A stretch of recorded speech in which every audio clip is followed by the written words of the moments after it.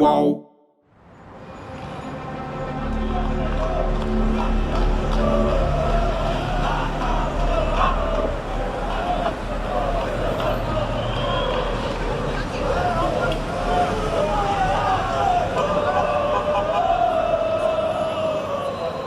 Há alguns anos eu fui escalado para cobrir um clássico entre Corinthians e Palmeiras no Pacaembu.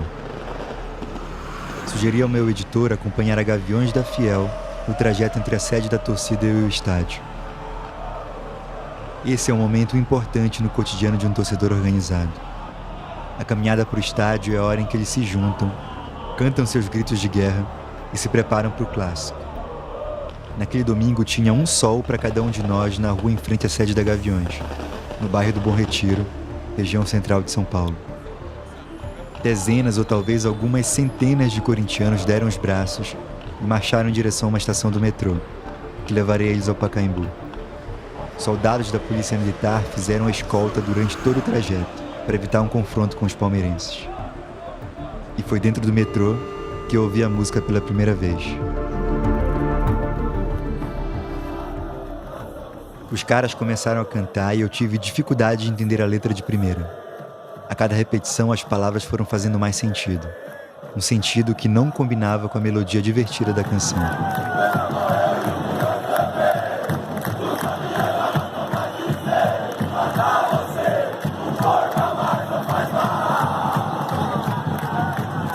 O Cléo morreu e o Munhoz também. A Gaviões já matou mais de 100. Matar você, um porco a mais não faz mal. Durante anos, aquela música sobre matar porcos ficou na minha cabeça. Era uma paródia do hit dos anos 80, Whisky a Gogô, do Roupa Nova. Eu cansei de ouvir essa música no final de festas de casamento, de 15 anos, e também cansei de cantar ela em noite de karaokê. Na versão Grito de Torcida, a Gaviões comemorava já ter matado mais de 100 torcedores do Palmeiras, conhecidos como porcos. Alguns deles eram chamados até pelo nome: Munhoz, Cléo.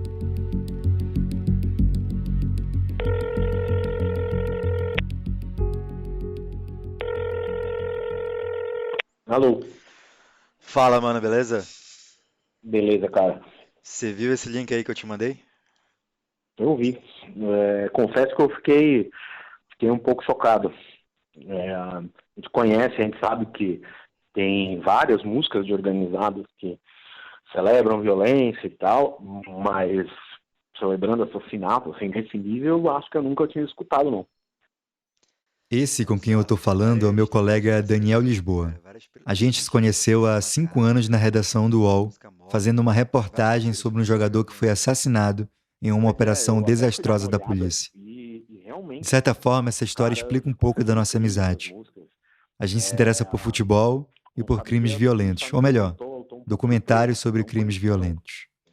Então, cara, pode parecer até meio ingênuo, mas eu fico pensando assim na família desses caras que morreram, né? Imagina você ver a morte do seu parente ser celebrada assim. Bizarro.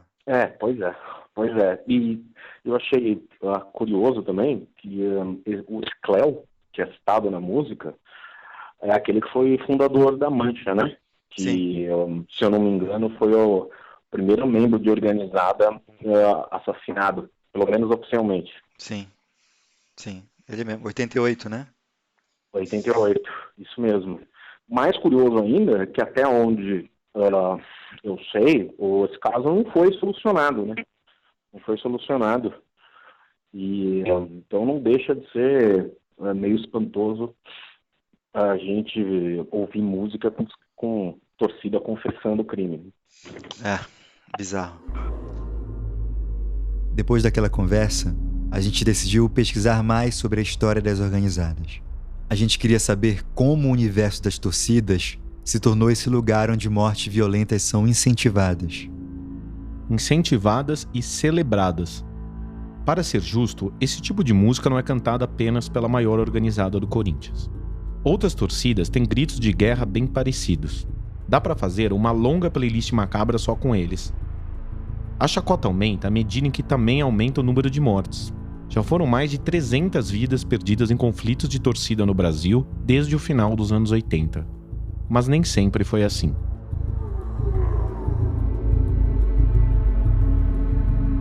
Em 1983, na zona oeste de São Paulo, tinha um grupo de garotos de 14 e 15 anos que gostava de passar brilhantina no cabelo e cantadas nas meninas nas festas juninas. Entre uma ida ao clube e outra, eles liam revistas de quadrinhos e assistiam filmes eróticos na televisão. Esses adolescentes também gostavam de vestir camisetas do Palmeiras, mas eles estavam cansados. Cansados de ter essas camisetas roubadas nos clássicos contra Corinthians, São Paulo e Santos, e de apanhar na saída do estádio. Um dia eles revidaram, e desse revide resultou a fundação da Mancha Verde, hoje a maior torcida do Palmeiras. A Mancha é aquela que em algum momento da década de 90 ganhou o título de a torcida mais violenta do Brasil. Mas como isso aconteceu? A gente pensou muito nessa pergunta. E hoje, depois de entrevistar dezenas de torcedores, ler páginas de processos, matérias de jornais e revistas amareladas pelo tempo, podemos dar uma resposta. Não é a resposta, mas é uma resposta. Uma resposta possível. E ela vai ser contada na forma de uma história. Essa é a história real de um grupo de meninos que fundou uma associação no começo dos anos 80. Uma associação que tinha apenas um objetivo: fazer a torcida do Palmeiras ser respeitada novamente. Mas essa história toma um novo rumo quando um deles é assassinado do lado do estádio do Palmeiras. Esse crime continua cercado de mistérios que assombram as torcidas até hoje. Essa é a história da investigação desse assassinato, que aconteceu no final dos anos 80, e de como a rivalidade entre esses grupos saiu dos estádios e ganhou as ruas, se transformando em guerra.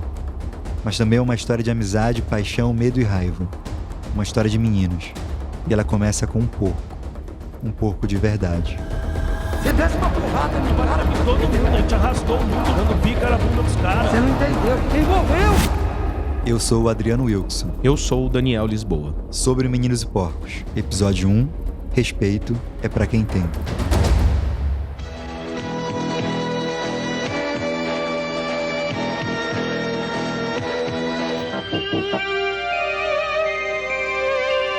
Era uma vez 86.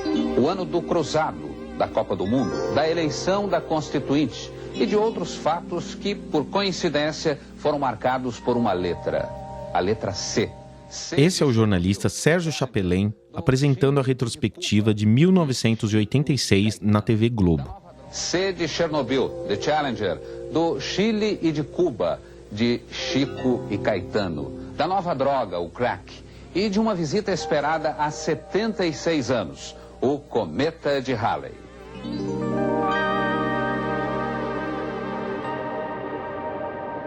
Enquanto o mundo se assombrava com a ameaça nuclear e olhava para o céu em busca de um cometa, um grupo de garotos de São Paulo tentava encerrar uma década de humilhação e vergonha. Eles eram palmeirenses, e se já era difícil ser brasileiro em 1986, imagine o que era ser palmeirense. O time não ganhava um título desde 76. E os torcedores não podiam sair na rua sem ser xingados ou apanharem dos maiores rivais. A gente não viveu essa história de perto. Primeiro porque eu não sou de São Paulo. E eu era criança nessa época e não lembro de nada. Mas para saber como era o clima entre as torcidas nos anos 80, a gente foi perguntar para os torcedores dos anos 80. O problema é quando pegava o ônibus. Que dentro do ônibus eu tinha que sempre levar outra, na época eu tinha que sempre levar outra camisa para cobrir a minha do Palmeiras. Esse é José Carlos Burti. Ele foi presidente da torcida uniformizada do Palmeiras, a TUP, nos anos 80. Porque sempre a torcida do Corinthians, quando era Corinthians, era maior e eu pegava o ônibus com a gente e não tinha como separar. Como eu perdi uma camisa um dia, perdi não. Eles tentaram legal, fez eu tirar a camisa, fiquei sem camisa, mas eles ficaram me batendo durante a viagem toda de ônibus lá. O ônibus que fazia Carandiru, Jardim Brasil. Eu fui apanhando a viagem toda. Os palmeirenses diziam que a dor física de apanhar dos adversários só não era maior que a dor moral. E tinha uma palavra que machucava o palmeirense mais que todas. Não importava se a torcida fizesse a maior festa no estádio ou se o Palmeiras ganhasse de virada com gol aos 45 do segundo tempo. Sempre tinha alguém para gritar a ofensa. Sempre tinha alguém para zombar da origem italiana do clube e atacar a dignidade da colônia. Sempre tinha alguém para chamar o palmeirense de porco.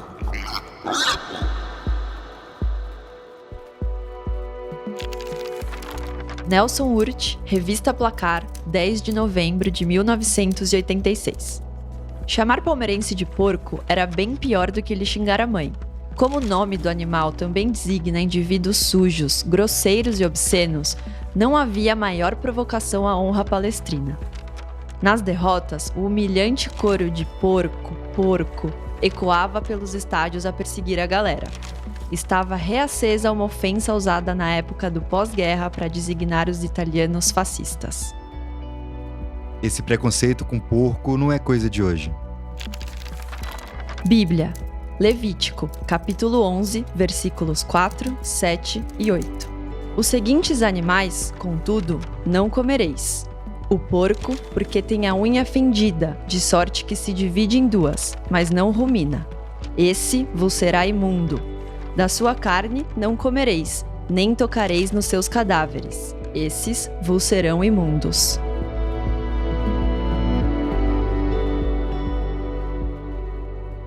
A revolta era essa. A gente ia jogar em Taquaritinga, a torcida de Taquaritinga chamava a gente de porco. Nós ia lá e amassava eles. Cara, nós amassava. Na mão, pulava no meio, na mão, um pedaço de pau, enxada. Esse é Marcelo Lima, atual presidente da torcida uniformizada do Palmeiras. A Tupi era a maior organizada palmeirense até os anos 80, antes de perder o posto para a Mancha Verde. Ao longo da história, as duas torcidas sempre tiveram suas rusgas, mas nessa época elas estavam unidas e irritadas com a perseguição aos palmeirenses nas ruas. Marcelo é conhecido no meio das organizadas como Marcelo da Tupi ou Gordão. Ele tem 54 anos e recebeu a gente no lugar que hoje ele chama de casa, a sede da torcida. É um barracão de frente para uma praça, perto do centro de treinamento do Palmeiras. A ideologia nossa a gente prefere sofrer e manter nossa ideologia do passado. A Tupi não foi só uma torcida, foi uma universidade de vida, né?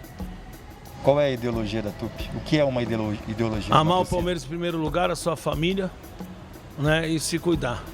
Né? Representar sempre a cidade esportiva Palmeiras, jamais envergonhar, né, e ser palmeirense em primeiro lugar. Eu aprendi aqui a ser palmeirense, eu não quero que a Tupi vai, com todo o respeito, se foda. Eu sou Sociedade Esportiva Palmeiras, né?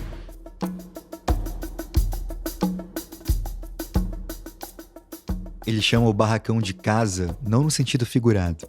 Marcelo realmente mora em uma das salas da sede da Tupi. Ele é um cara expansivo e emotivo, que lembra com saudade das aventuras que viveu no final dos anos 70.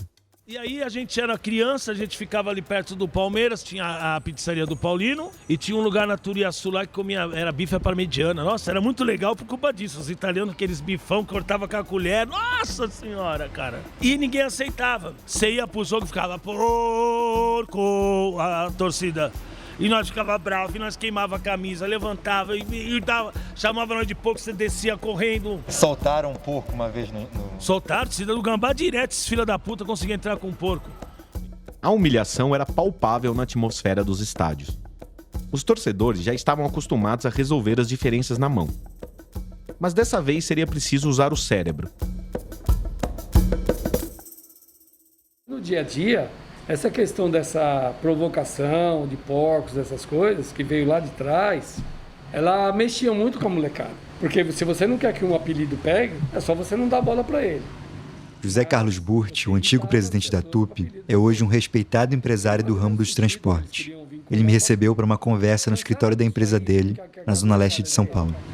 Mas você irritava as pessoas com apelido de porco.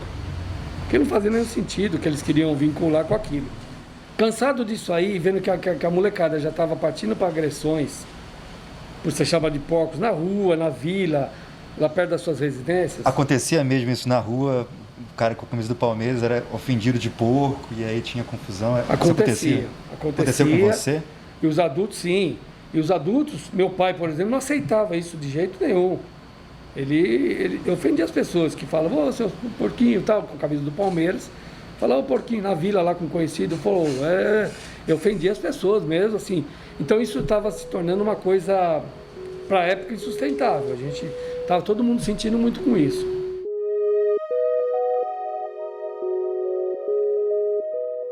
Para acabar com as ofensas, os palmeirenses resolveram se unir aos ofensores.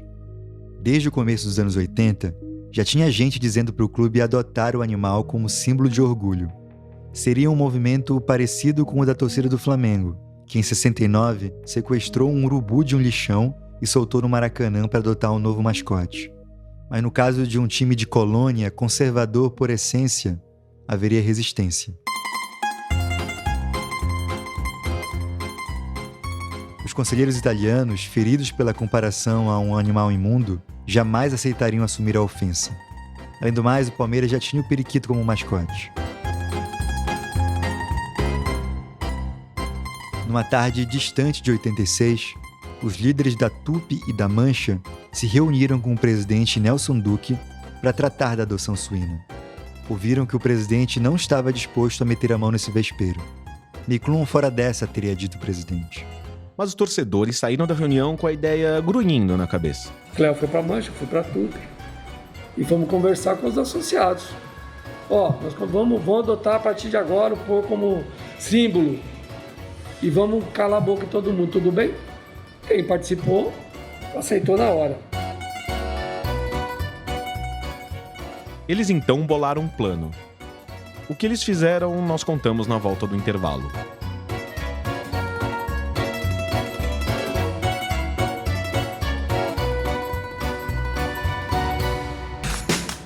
Todos os dias, às 9 horas da manhã, você tem um encontro marcado com o esporte aqui no canal UOL. Às segundas e sextas-feiras tem o podcast Posse de Bola com o nosso timaço de comentaristas analisando as principais notícias do mercado. E aí, na terça, quarta e quinta, às 9 da manhã, o encontro é comigo, Domitila Becker, do All News Esporte, que traz as principais notícias do esporte no Brasil e no mundo. Prepare o seu cafezinho e eu te espero aqui no canal UOL.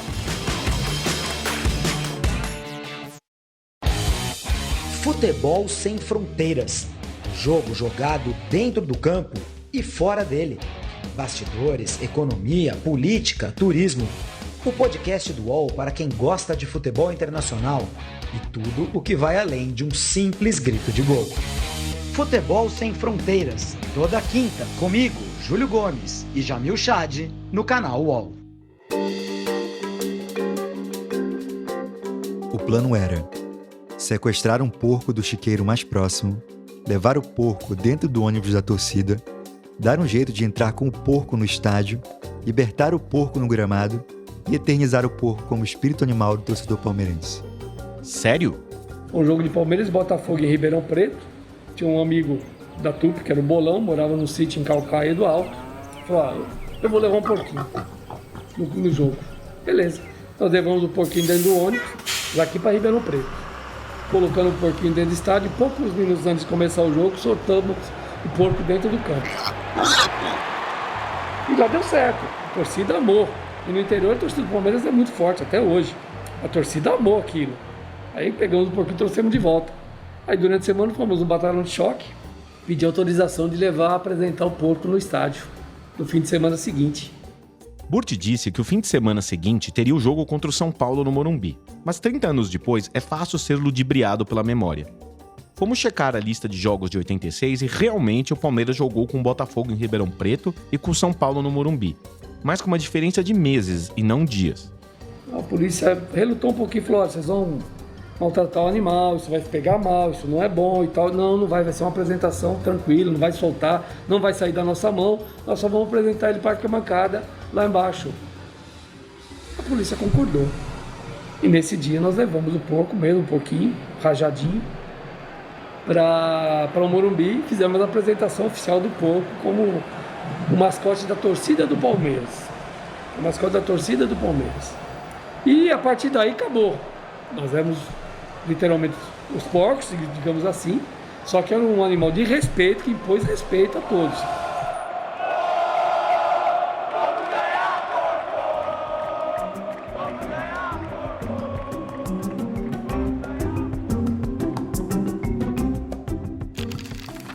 Luciano Borges, Folha de São Paulo, 3 de novembro de 1986. O porco faz a festa e grunha aos microfones. O porquinho chegou ao Morumbi às 2h30 e entrou em campo juntamente com a equipe do Palmeiras, levado pelos presidentes José Carlos Burt, 23 anos, e Cléo Sóstenes, 21 anos, da Mancha Verde. Foi um sucesso. Abraçado por Sóstenes, o novo símbolo dos palmeirenses levantou a torcida e até grunhiu para algumas emissoras de rádio. Até o cantor e compositor cearense Raimundo Fagner, 36 anos, que esteve no Morumbi para ver o jogo e conversar com o centroavante Mirandinha, gostou da ideia. É uma forma de gozar quem está gozando, afirmou. Verdade, a torcida do São Paulo não chamou em nenhum instante os palmeirenses de porco. George Orwell, A Revolução dos Bichos, 17 de agosto de 1945. Não havia dúvida agora quanto ao que sucedera à fisionomia dos porcos. As criaturas de fora olhavam de um porco para um homem, de um homem para um porco e de um porco para um homem outra vez. Mas já se tornara impossível distinguir quem era homem, quem era porco.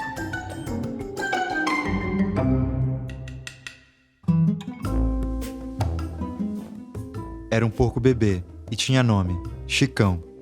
Foi tirado de seu chiqueiro no interior para fazer história na cidade grande.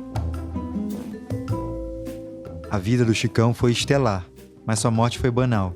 Virou ceia no Natal de 86, segundo aqueles que o conheceram. Mas o porquinho não foi o único a mudar a forma como o palmeirense enxergava a si mesmo. A adoção do animal pela torcida fez tanto sucesso na imprensa que a revista Placar mandou um de seus funcionários rodar a cidade atrás de outro porco vivo. Os anos 80 eram tempos de sobressaltos econômicos. Carnes em geral estavam em falta nos mercados. Então pense na dificuldade que o assistente de redação do Placar teve para encontrar um porco em São Paulo. Esse porco anônimo fez frila de modelo em uma das capas mais curiosas da revista. Nela, o atacante Jorginho Putinati segura no colo o leitãozinho para celebrar o orgulho suíno palmeirense. A manchete: Palmeiras quebra um tabu. Dá-lhe porco.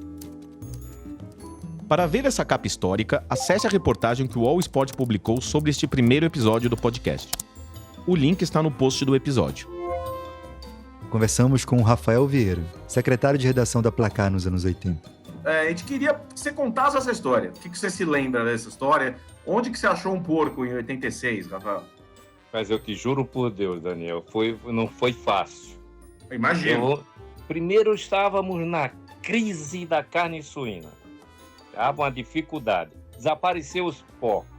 E, por sorte, eu encontrei uma pessoa que negociava justamente o suíno. Eu tinha que ter esse porco novo, limpo, de posse desse porco, caminhar para o estúdio fotográfico. Cheguei lá, já tinha fotógrafo, e começaram os preparos. E nesses preparos, inclusive, fomos agraciados com uma bela de uma cagada no estúdio. 1986 também não foi um ano bom para a humanidade, ou pelo menos para uma parte dela que veste verde. O Palmeiras perdeu a final do Campeonato Paulista para a Inter de Limeira e ficaria mais 7 anos na fila de títulos. Mas aquele foi o ano que começou uma nova tradição de uma torcida tão apegada às suas tradições. O grito de Dá-lhe porco é a trilha sonora preferida em todo o jogo do Palmeiras, dentro ou fora de casa, na vitória ou na derrota.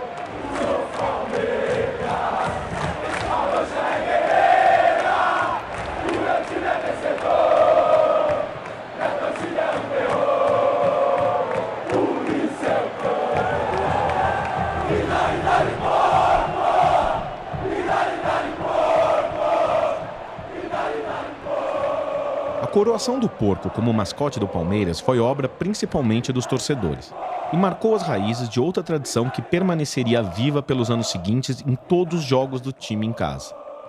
Quando a pandemia do coronavírus impediu a torcida de frequentar os estádios, um torcedor do Palmeiras seguiu acompanhando o time de perto, pelo menos simbolicamente.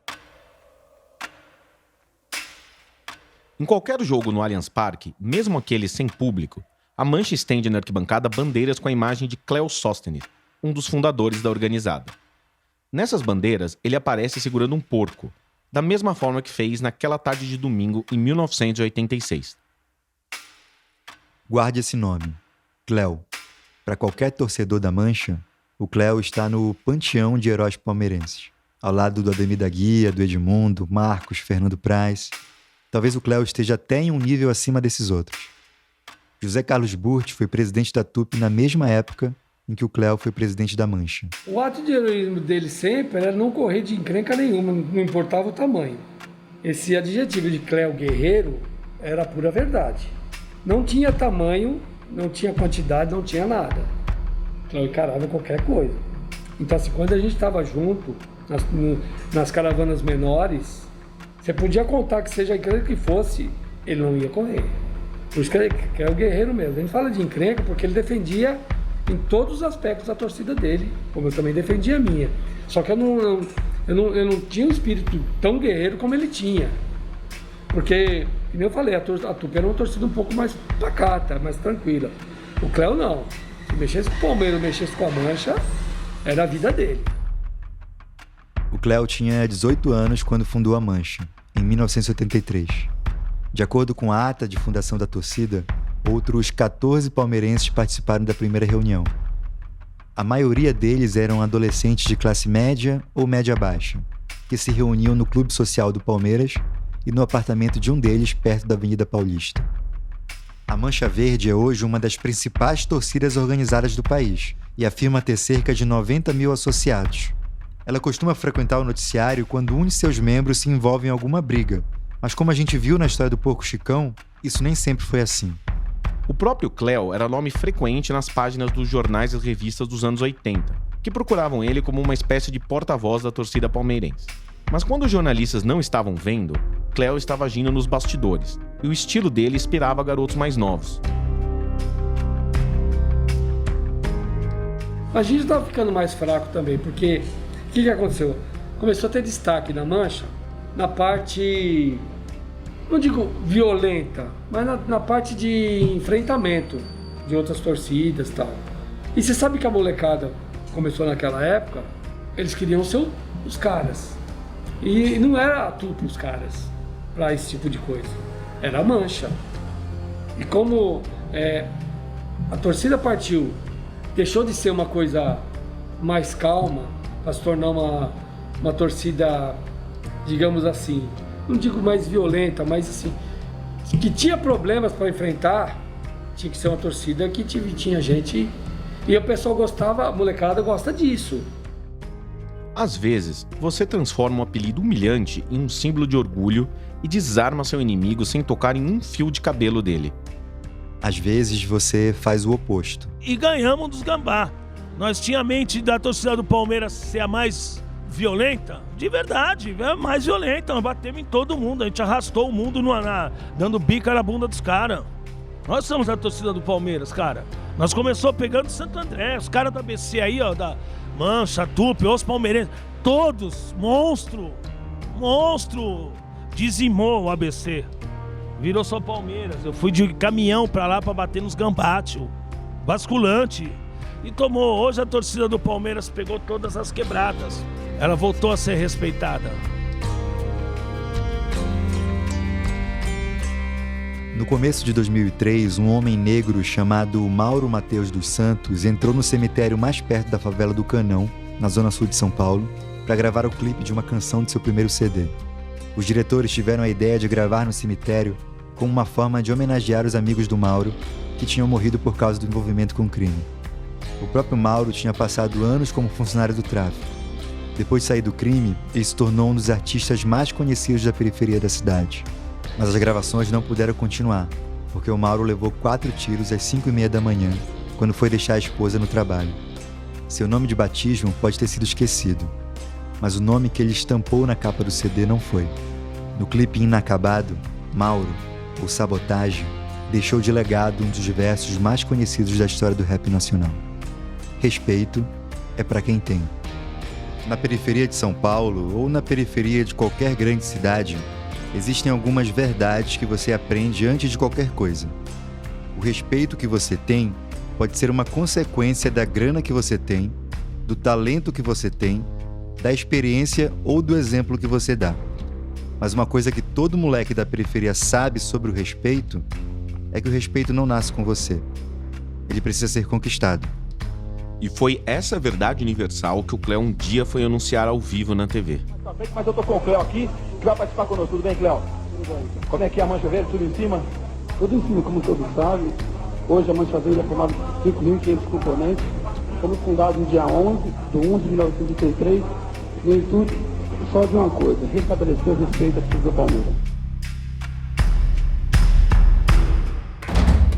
No próximo episódio de Sobre Meninos e Porcos... No intervalo do jogo, lotaram todas as viaturas lá com a gente e levaram tudo para Itapicuru, delegacia.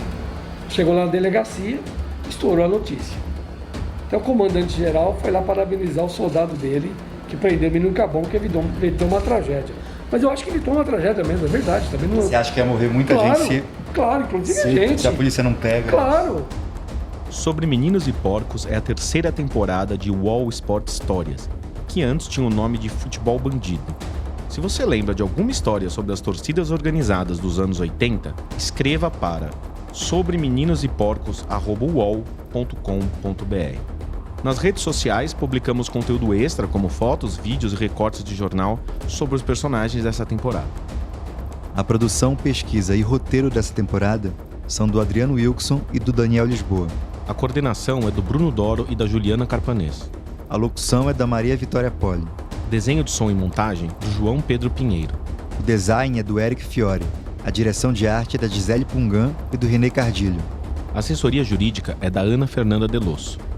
Esse episódio tem áudios da Globo e da TV Gazeta. Agradecimentos especiais ao antigo repórter da Placar, Nelson Urti, e ao Rafael Vieira, que além de ter encontrado o porco em 86, trabalha hoje como o Papai Noel no shopping Aricanduva, em São Paulo. Esse projeto também conta com Antoine Morel e Vinícius Mesquita, gerentes de conteúdo do UOL, e Murilo Garavello, diretor de conteúdo do UOL.